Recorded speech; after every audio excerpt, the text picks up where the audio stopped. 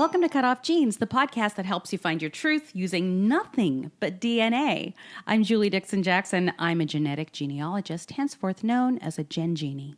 I am Richard Castle, the producer, and today I am the sidekick. I decided You're a psychic? I'm a sidekick. No, I'm not psychic. I'd be a really bad psychic because I can't tell. Because you don't know stuff. I don't know anything that's happening. I don't even know what's happening like in the next 5 minutes. So I can't even fake it. However, Can you imagine if you were a psychic, but all you could predict was what was going to happen in the next 5 minutes? Oh, that's almost like Memento, right? Where he could only remember like things that had just happened. Remember, and he had to write everything down because he had only short-term memory. Oh. That was a good movie with Guy Pearce. It was years ago. Anyway. Yeah, I remember it. Yeah, You're right. But I thought it was tattoos. But now, he tattooed stuff on there too, but he wrote things down. Well, that's just crazy. It is crazy. However, I now want to write a story about a psychic sidekick or a sidekick psychic. Yes. Right? Who would have a psychic as a sidekick? Me, if I could. That would be so helpful in so many ways. No, and then you could tell her when she was wrong, like when you prove things with the DNA. Well, she would no longer be my psychic, would she? Or my sidekick. But you'd keep her around just so you could be right. Well, that's what I do anyway. I know. That's why I'm here. Exactly. I'm your sidekick. I'm not psychic, but you can still tell me when I'm wrong. Hey, how's your January? My January is going great. I mean, we talked about this last week. I had a birthday. And, some birthdays, I'm not so thrilled about. But this one I was really cool with. Like, Did you get younger this year? I did. That's why I was cool with it. Yeah, I would like that too. Yeah, I'm 29 again. Congratulations. Thank you. And, everyone says that they put a 9. I really should say I'm 30 again because no one says 30. They say 29. Do they? Yeah, 29. Well, some say 39 or 49, depending on how old you are. How far you want to go back. You lost me when you started saying numbers. That's all I have to say about that. My January is starting to get back into the regular swing of things. Although I have to admit that my Christmas tree is still up. Uh-oh. You're one of those. My kids are supposed to take him down. Yeah. Take it down, and they're not. So, yeah, and my daughter, it's time for her to go back to college. She has a big, long winter break. Why don't you just stuff the tree in her suitcase? Something to remember us by. Perfect. Lily. I'll do that. Yeah, so she's off, but where she's excited to go back because she has her first single room this time. Oh, my gosh. I can't imagine being in college and having my own room. I can't imagine being in college. Oh, I forgot. Sorry. That's why I'm living vicariously through her. One of my best friends to this day was one of my roommates in college. Oh. Yeah. Was that the one who got the Native American... Yes. The one with the Native American drinking problem. Yes. Why is it that we have to go back there? I regret everything. Okay. But yes, we were roommates, I think, my senior year in college. Anyway, and he was in law school at the time. Ooh. Yeah, and we're still best friends. So, what's his name? Eric. Okay. I'm not going to say his last name birthday? now. I'm not Okay. going to say his last name now because, of all the Native American problems I've said about him drinking and all that. I'm not going to go. I'm not going to go definitely there. don't put a red flag up there. I'm not going to. Red flag. Oh my God, Julie, you are so racist. Please, can we talk about DNA now? She walks to the beat of her own drum. Oh no, more. Oh my gosh. God. Oh, you know what? Let's just smoke a peace pipe about this and move on. All right, here's a story that's been around for a while. We're just now getting to it, but a lot of people have given us a heads up, so I appreciate it. But I think it's important. A woman who was in a vegetative state for years gave birth in Arizona. Incredible. In a nursing home called the Hacienda Healthcare. And the police are getting DNA from all the men who work at the facility. Yes, good idea. Yeah. So the woman and child was born in medical distress. Obviously, she's in a vegetative state. She's not in a coma, but the baby is fine. I read that they didn't even know she was pregnant. No, they didn't notice. No. How do they not notice that? I mean, again, I don't know medically, but I would think that people are bathing her or, people who are her caretakers. Of course, caretakers is the catchphrase here because taking care. But, anyway, the point is that over the 8 or 9 months that she was pregnant. I've got a feeling it was probably premature, which is why it was in distress when it was born. Right. So, and she, You just don't. There are so many stories of women who are walking around pregnant and nobody knows. So yeah, that's true. But that's because the woman herself sometimes doesn't know she's pregnant. But in this case, this is someone who would actually have physical contact with her body. Somebody who would be bathing her and would not notice, that she had that she was pregnant. Yeah. But whatever. Yeah, we don't know the whole backstory, obviously. But it's a horrifying story. It's horrifying. So they, the detectives have asked all the men that work at the Hacienda Healthcare in Phoenix to give, is it buccal swabs or buccal swabs? Whatever, give buccal swabs. Just call them swabs. Swabs. Thank you. To get swabs. Investigators got court orders for those who didn't voluntarily give samples. There's no suspect. And I'm sorry. You know what? I just read that there is actually they have. Oh, you're up to date on this. I mean, literally today, I read it in the Times that they did arrest a man who was an employee. He was one of her nurses. Oh my gosh. Yeah. That his DNA matched the DNA of the baby. Well, there you go. Right? Wow. So thank God for DNA, Where did you see that? It was, I want to say it was either New York Times or one of my news feeds. You know what? I'm going to look it up right now. Okay, I looked it up. Yes, there was a nurse was arrested, indeed. A 36-year-old male nurse. And he wouldn't answer questions. He invoked his Fifth Amendment rights. And let me see. She was, Well, the DNA spoke for itself, exactly. Apparently. So. Yeah. He should know that as a nurse. What is wrong with him? I'm sure that's why I bet he was one of the ones who didn't voluntarily. I bet he was too. Because he knew. Yeah. Yeah. I also wanted to mention that earlier stories had described the patient as being comatose or in a vegetative state, but her parents released a statement on Tuesday disputing that characterization.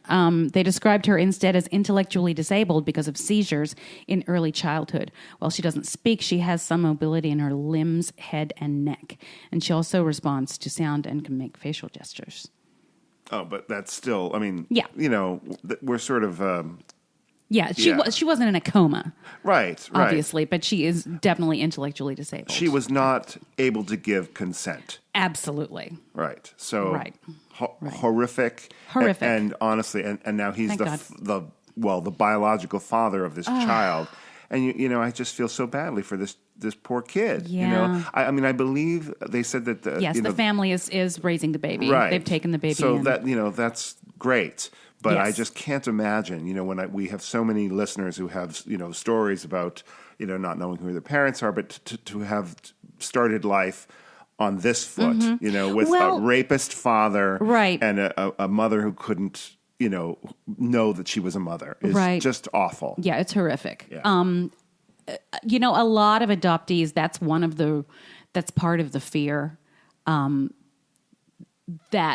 maybe the apprehension of looking for our biological parents. Perhaps there was, because it does happen. Even and it as has far happened. as like being the product of sexual violence. Yeah. Exactly. Sure. And there are people on a lot of the groups on Facebook that I'm a member of, there are people who have discovered that they were a product of rape. So it happens, obviously. It's weird to see it happening in real time like this. Right. Isn't it? Ugh. Thank God for DNA. You know what? Thank God for DNA, because you don't want people to think that they can take advantage of somebody like that, and I'll never be found out. That's just awful. I have a disabled brother. He has Down syndrome, and the thought of anyone doing something to him, that I just can't. It really infuriates me. Yeah. So I'm glad that the man is arrested, and no punishment is too good for him, as far as I'm concerned. Absolutely, I would agree. And on that note, let's take a break. If you're enjoying Cutoff Genes, please subscribe, rate, and review. Now, back to Julie and me. Okay, we're back. Okay, we're back. Let's try to keep it a little lighter. Let's lighten it up, shall we? I'm sorry. I don't mean to bring it down, but it was something that really hit home for me. It's horrific. Yes. Yeah. So let's keep it light. Okay, let's. Yes, we shall. So a couple weeks ago, somebody asked the question about why they because they tested twice with the same company. I don't know why. their results are slightly different. Right. And right. I mentioned that it's because the company uses a different chip. Like periodically, they change the chip up. Oh, I see. And a good old Jen McGilvray, love you, Jen, she gave a better explanation of the different chips the different companies use. Oh, okay. So That's interesting. Yeah. So here is what she calls a quick and dirty explanation. I love it. Of a chip is that it holds the collection of specific SNPs or SNPs that are tested by the company. A different chip equals different SNPs. Also, I believe the algorithms are updated and changed as the company increases their sample size and does more research. So the two samples might be slightly different even if the same chip was used. Boom. Oh, well, there you go. Okay, and I'm going to give you a quick explanation of SNP, which is also a single nucleotide polymorphism. Oh, great. Let the chips fall where they may. Oh, good for you. Okay. Well, you know how it is. You can't just have one chip. You can't stop at one. So go on. I want salsa with my chips. All right. So a single nucleotide polymorphism, frequently called SNPs, pronounced SNPs, are the most common type of genetic variation among people. Each SNP represents a difference in a single DNA building block. Boom. I'll pretend I understood what that meant, but okay. All right, moving on. Hey, we haven't done GEDmatch Jamboree in a while. Oh, yes. And there's a reason for that. We haven't done the theme song to GEDmatch Jamboree. GEDmatch Jamboree.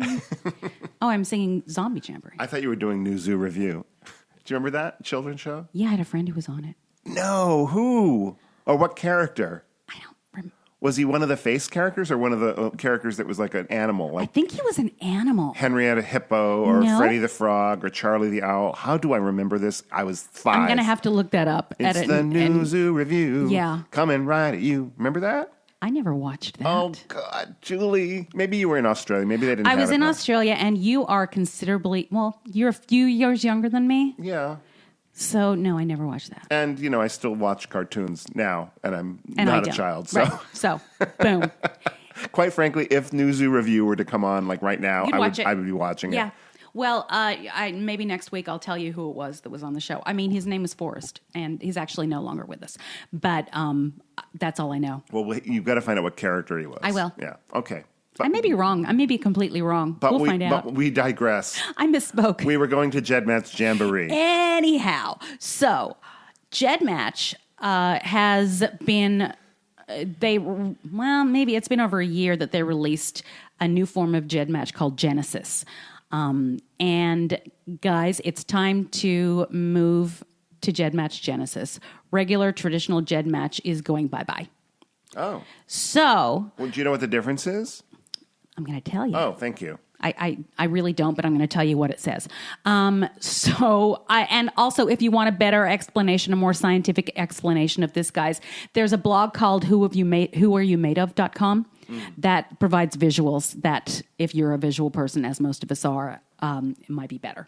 But I just wanted to let you know that if you're in GEDmatch now, your original kits will migrate to the new one, Oh, to good. Genesis. So you don't have to re-upload your DNA information. No, your All right. GEDmatch login will work just fine at Genesis.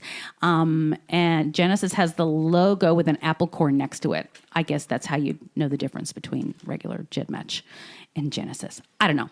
Anyway, so on the one-to-many display, you may notice that the last 3 columns are new. One shows how many SNPs overlap between the kits. In other words, how many SNPs are in common between the 2 sets of test results. The next shows the date compared. And finally, the company where the test was done is listed. The latter is needed because kits uploaded directly to Genesis get assigned kit IDs that start with a pair of random letters, which is different than what it used to be. I see. So that's how we can tell the difference between the kits when they were uploaded. Also, many recently migrated kits will show an overlap of 0 because that's not yet been compared for them. Okay. All right. You may also notice that many columns are missing, like haplogroups, GEDcoms, and X matching, nor are the columns sortable. Hopefully these features will be added back soon, because a lot of people rely on those. The display is more compact, but the confusing clickable L that you used to click on to get a list of the matches, now you just click on the kit number, and that's how you get it. And apparently the new homepage is more compact and intuitive. Oh, there you go. Easy editing capability for your kits. Clearly, I haven't really explored it. I'm just reading it from somebody else's. No, but from what I recall, when you talked about GEDmatch, that's the open source one, right? Correct. So it doesn't have like all of the bells and whistles and pretty, pages that you would find at the Ancestry, monetary yes. based ones. So No. they're trying to somehow improve that, and perhaps. Well, they're improving. I guess they're probably making it a little more user friendly, Right. and the technology is obviously new. Yeah. I mean, it improves exponentially. They're going so from like DOS to Windows. There's an old reference. I like it. Yeah. It works for me.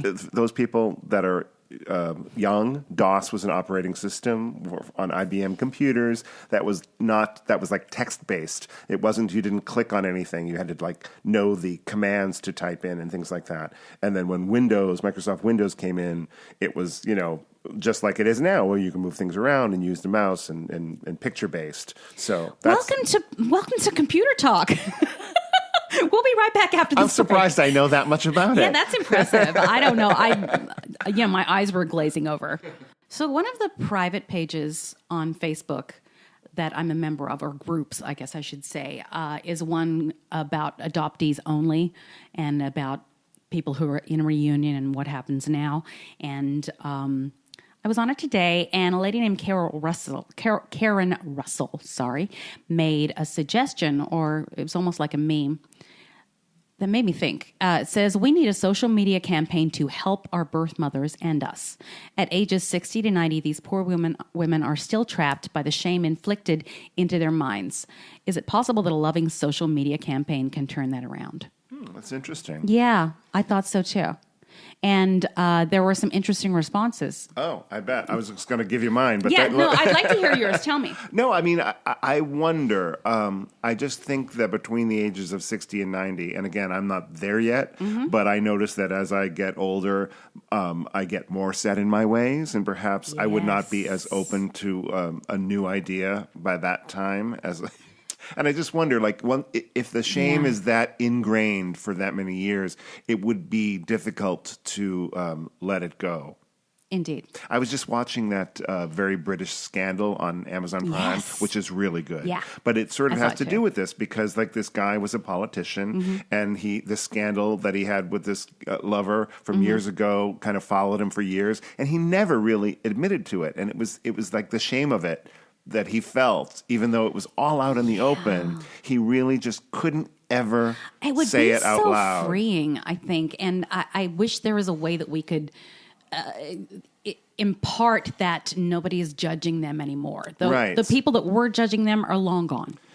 Possibly. Yeah. So let me read a couple things that people Yes. wrote. These are not complete answers, but I underlined. Somebody said, I often think of my birth mom as kind of a quiet feminist hero in a way of enduring what she had to in terms of lifelong stigma she's felt for having a baby at 15. Then I feel anger for birth fathers for being let off the hook so easily and getting to forget they made a baby. Sadly, there's a lot regarding gender norms that persist. Well, there's definitely a difference between the way society looks at a man who fathered a child as opposed to a woman who mothered a child out of wedlock. Absolutely. Yeah. And right. I mean, I don't think there's any difference today in that there's a difference, a stigma still. I mean, maybe it's not as... a woman, obviously a woman who's not married, who's pregnant wouldn't be shunned by society. No. But there's still, I think, a judgment. Oh, yeah, there is, definitely. That you wouldn't have. I think people own it much more now. To a man. Yeah, for sure. Far more acceptable. Oh, yeah. And in a lot of cultures, people aren't even getting married anymore, and it's completely acceptable. Right. Yeah. Including this one, frankly. Somebody else said, as I shared my journey and my rejection story, I found most were supportive, yet there was a pocket of people that continued to say, in 1978, blah, blah, blah. And I couldn't and still can't get it through to them that today isn't 1978. I have said, but in 1978, most people didn't wear seatbelts. Do you wear a seatbelt? Right? Yeah. The world evolves. Hopefully. Yeah. Well, we're trying. We're really trying. I'll read one more. Exactly. My brothers thought that our mother was going to tell them she had terminal cancer when she sat them down to break the news. because it was so serious. They were thrilled to find they had a sister. They were also heartbroken that she carried that secret their entire lives alone. A lot of things that happened during their childhood now made sense. They could see the toll this took on her. Yeah.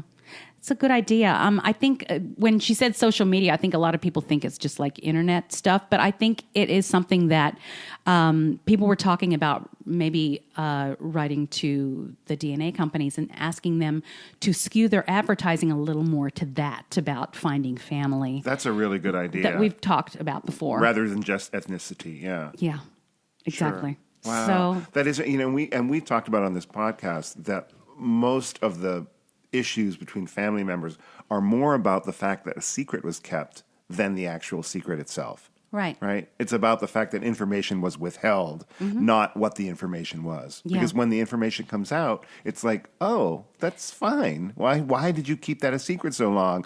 And I'm angry that you kept the secret. Right. Right? Yeah. It's complicated. Oh, sure. Especially in dealing with senior citizens are very set in their ways, in my experience. And it's difficult, but this is for them as much as it is for us, I think. I'd like to set them free. Yeah. If it's possible, that would be great. Yeah. Yeah. Okay. Well, hey guys, what do you think about it? I'd love to hear your views on that and suggestions. Because I think it's interesting. Yeah, put it on the Facebook page. Write in. Yeah, write in, because that. I would like to hear that as well. That's, I think it's fascinating. I would love to see some advertising campaign to help people like come out as, I gave up a child and I think so many people, if that was in a commercial, I think so many people would be like, oh, it wasn't just me. Right. Oh, that's a great idea. I hope it happens. All right. Let's stew on that for a bit and take a break. Thank you for listening to Cutoff Genes, the new podcast starring Julie Dixon Jackson. All right, we're back. It must be story time. I can tell by the look on your face. I know that the listeners can't see it, but she's got a big smile. I love my story time. I love my listeners who tell me stories. Tell us a story, Julie. All right. Well, I'm going to have Gemma tell you the second part of her story. Oh, great. That's right. Yeah. Yeah. So when we left off, the lovely English lady. Love her. Yes. She told us she's searching for her Nana's father. Yes. And she had found a potential relative that could answer the question as to who her great-grandfather was. And he agreed to take a DNA test, so she drove an hour to give it to him immediately, which I love. Yes. And but then the test failed. Ugh. Wah, wah. That's a bummer. It's because you wait for weeks and weeks, and then it comes back and says, we didn't get enough DNA. It's a bummer. So here's the conclusion. Here's what happened next, and I'll see you on the other side. I was messaging him on Facebook, and I just said, can I come tomorrow? And he said, yes. So the next day, I drove to this guy's house, got the DNA test done, and he was so very familiar. Interesting. It was just a bit strange. Yeah. Very like my uncle. And we had a little chat. He seemed very nice. I put the test in that very same day and waited, and the test failed. So we were no further on, and we were all a bit gutted because you know how hard it is to sort of get. Some people just agree to a DNA test, and other people need a little bit more convincing, and other people aren't interested at all. But the fact he'd so willingly agreed, but it failed, it meant that we were back at the bottom of the ladder again. So, I hate that. It was awful because you may not get that opportunity again. And I spoke to my grandmother, and she was really, really upset. And in the end, she reached out to this guy's sister, and she's the granddaughter of Bertie, the three brothers. And she sent her a bit of a heartfelt message, just pleading with her, I think, just saying how much it meant to her. She's nearly 80, so I think she just poured her heart out a little bit, and she messaged back and said she would be happy to do a test for her. Now, did you ever ask the other guy if he would test again? he said what happens now, but it was one of those things where we sort of thought if we took the risk of doing the test again, we thought we would see, because there was other siblings, we thought it might be better to try and get one of them to see if they had a better result, because we thought maybe if we did him again, it might fail again. Okay. And just might delay us further. So I think he probably would have done a test again. But you just went a different route. Yeah. We just thought we would try a different route. So she agreed to test. We went up a few days later and she did it. We popped it in the letterbox, but it was really strange because she actually did the same job as my nan. So they worked in the same industry doing the same thing that my nan had done before she retired. So really? These two women who'd never met, and we thought they were related, and they were quite similar. So at this point, the three brothers, when this test got sent off, it would either confirm that Bertie was her father or that he wasn't. Right. If he was, that would sort of solve the puzzle. But if not, we found that the other two brothers, they did go on to have no children. So there were no more descendants that we could test. Right. So it was all riding. So you're hoping Bertie comes back as the father. Yes. Right. We were really hoping. And I think what we actually discovered when we were chatting to the family is that it was well known within the family. It came out that Bertie had actually had a daughter before his other children, but they never stayed in touch. Oh, so we sort of kind of kept thinking, okay, maybe it was him. And my nan got very excited and almost, I suppose, convinced herself, it must be him. It must be him. I must be that daughter that's missing. Yeah. And it came back with a 376 centimorgans, which is great, but not enough to make her a half niece. So it ruled Bertie out as the father. Oh, darn. So we knew it couldn't be him. It could only be Leslie or William, which it did put her in the right numbers to confirm her as a first cousin once removed, right? Meaning that it could be Leslie or William, but we just couldn't ever confirm which one. Right. Did you have matches to both of their parents? Both of Leslie and William's parents? So we had matches on the Thorne side, quite a lot of them, and we had matches on the Gardner side, but not as many of them. So we had but matches you did. from but so both you of did them. Indeed connect both of their parents. So yeah, okay, good. So we knew it would have to be under that line, right? But we just couldn't confirm who it was. But there were only 3 sons, yes? Yeah, only 3 sons. Okay, so unless it ruled Bertie out, right?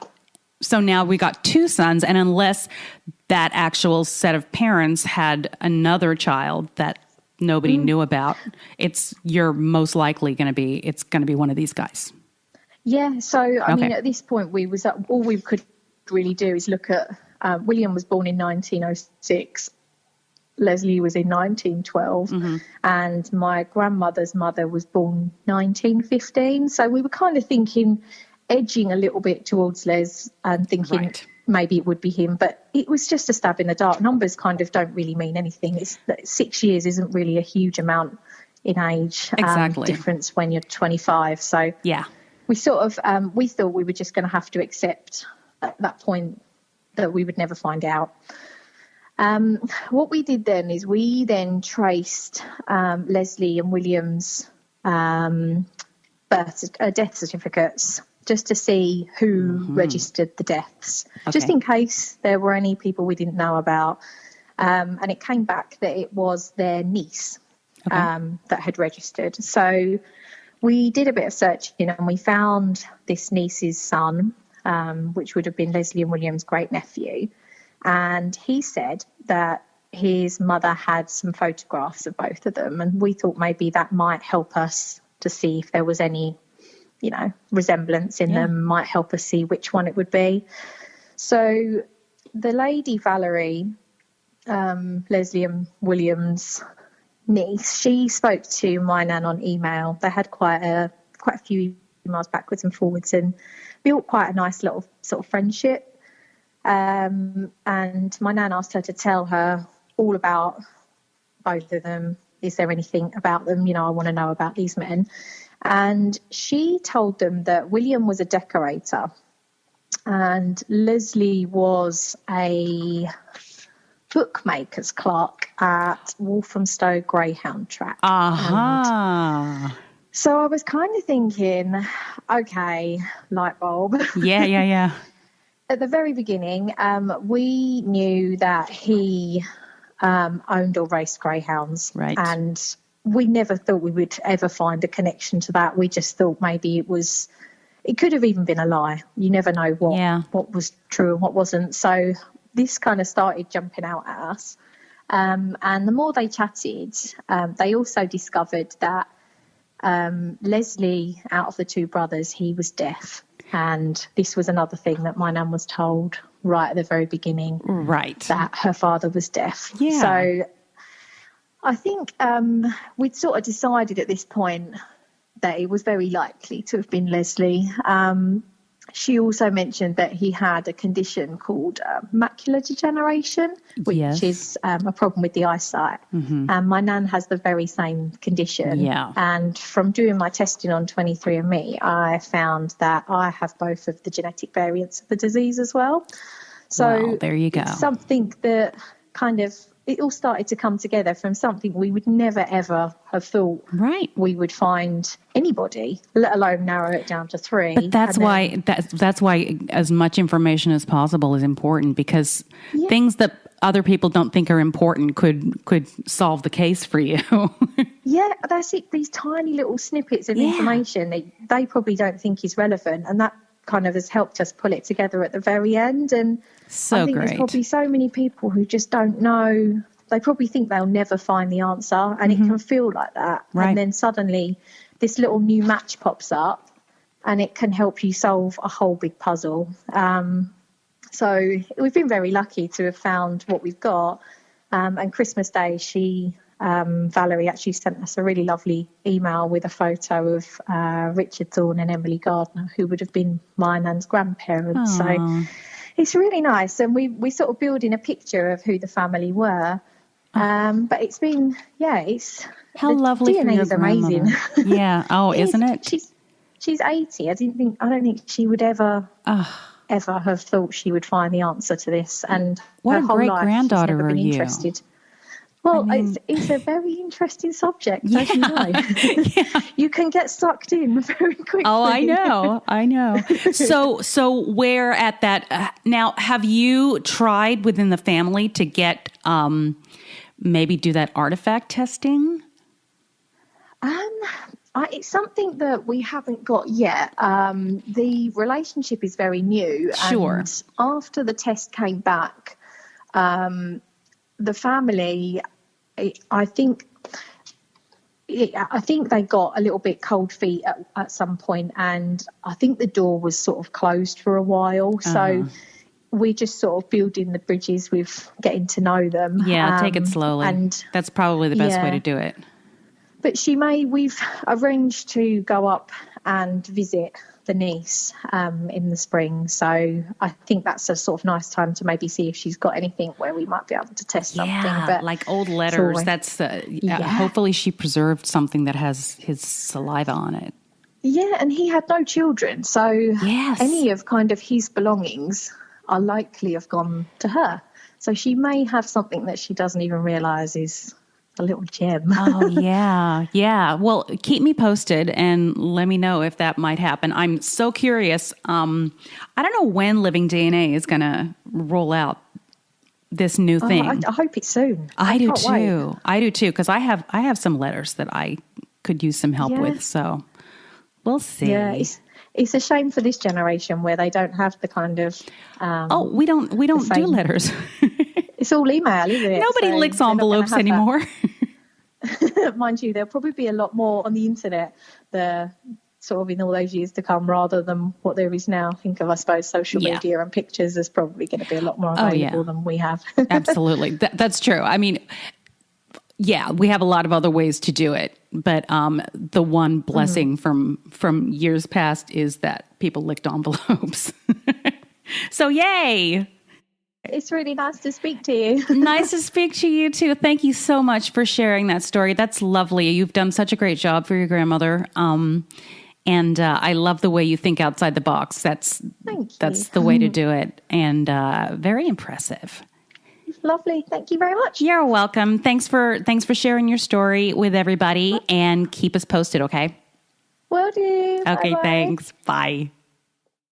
And we're back. Wow, that was such a good story. I'm so glad it had a satisfactory conclusion. So satisfactory. But it just goes to show that things that people think is just throwaway information can solve an entire case. Isn't that amazing? Yeah. That's It's so never important. throw anything away. I don't care what Marie Kondo says. Be a hoarder. Is that her name? Yes. Yes, that is her name. She gives me anxiety. This is the lady on that show, Tidying up. Tidying Up. Yeah. Japanese lady where you have to thank everything before you give it away. I mean, that's great. I thank everything and throw it back in the closet. Exactly. I really need to change that. Okay, so thank you so much, Gemma. That's such a great story. I love talking to you. I loved meeting you. I can't wait to hear any updates, if there are any. I know that you are an avid genealogist now. I said avid because it's a silly word. Anyway, so hey, we're ready to go now. Well, then I guess I'll tell you a little bit about myself. Please do. But before he does, guys, I love hearing your stories. Please contact me. Keep contacting me. This is the best part of the show. I think everybody agrees. I look forward to it every week because I love these stories. And I love that everyone has a story that's different, you know? Every single person. And yet I can relate to all of them Yes. in my own way, you know? That's so great. Mm-hmm. All right, now you can tell Now me back about to me. I'm Richard Castle. I have a website, richardcastle.com, where you can go and find out about all of the lovely piano playing and musical writing and songwriting And things it is that lovely. I do. Yes, thank you. Everything about me is lovely. It is. And Loverly. And I also loverly. See what I did? See, Julie and I were in a production of My Fair Lady when we first met. Anyway, and where was I? Oh, the Twitter. You can follow me on the Twitter at Castle Songs, and that's it about me. That's all you need to know. all you need to know. And now about me. I'm Julie Dixon Jackson. I am at Jules Jackson on the Twitter with 2 O's. The podcast is at Cutoff Jeans Pod on the Twitter, and our Facebook group is called Cutoff Jeans Podcast. You have to ask to join. Oh, you know what? I just watched this really cool movie with Maggie Smith from like the 60s. Mm-hmm. It was called The Prime of Miss Jeans Brody. But you know what was missing from it? The truth. Yeah. Because the truth is in her jeans. Exactly.